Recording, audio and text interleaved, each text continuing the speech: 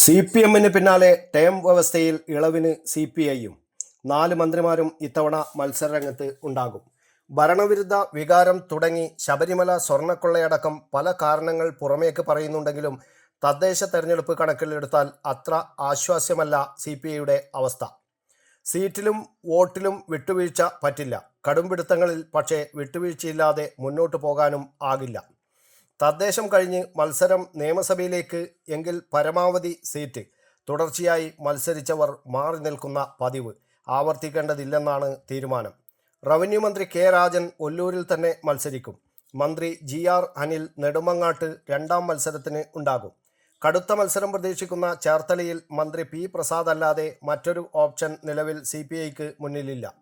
ചിഞ്ചുറാണി മത്സരരംഗത്തുണ്ടാകും. അത് പക്ഷേ ചടയമംഗലത്ത് തന്നെയെന്ന് CPI ഉറപ്പിച്ചിട്ടില്ല. ചടയമംഗലത്ത് പുതുമുഖം വന്നേക്കുമെന്നാണ് സൂചന.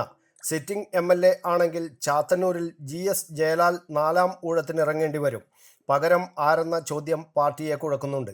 ഭരണവിരുദ്ധ വികാരം മുതൽ ശബരിമല സ്വർണ്ണക്കൊള്ളയും മുഖ്യമന്ത്രിയുടെ പെരുമാറ്റവും വരെ ഇഴകീറുന്നതിനിടെ കഴിഞ്ഞ തവണത്തെ കണക്കൊത്ത് നോക്കിയാൽ തദ്ദേശ തെരഞ്ഞെടുപ്പിൽ അത്ര മെച്ചമല്ല പാർട്ടിയുടെ പ്രകടനം.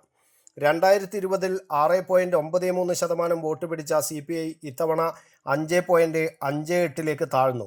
6 കോർപ്പറേഷനുകളിലായി 28 കൗൺസിലർമാർ ഉണ്ടായിരുന്നിടത്ത് ഇത്തവണ 12 ചുരുങ്ങി.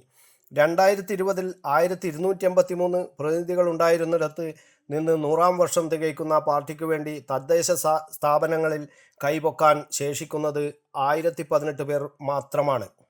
News bureau, Kannur media.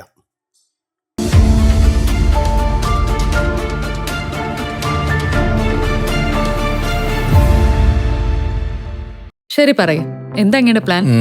Kitchen വർക്സും interior വർക്സും നമുക്ക് നല്ലൊരു ടീമിനെ ഏൽപ്പിക്കണം. പിന്നെ ഫർണിച്ചർ സുനിതയിൽ നിന്ന് എടുക്കാം.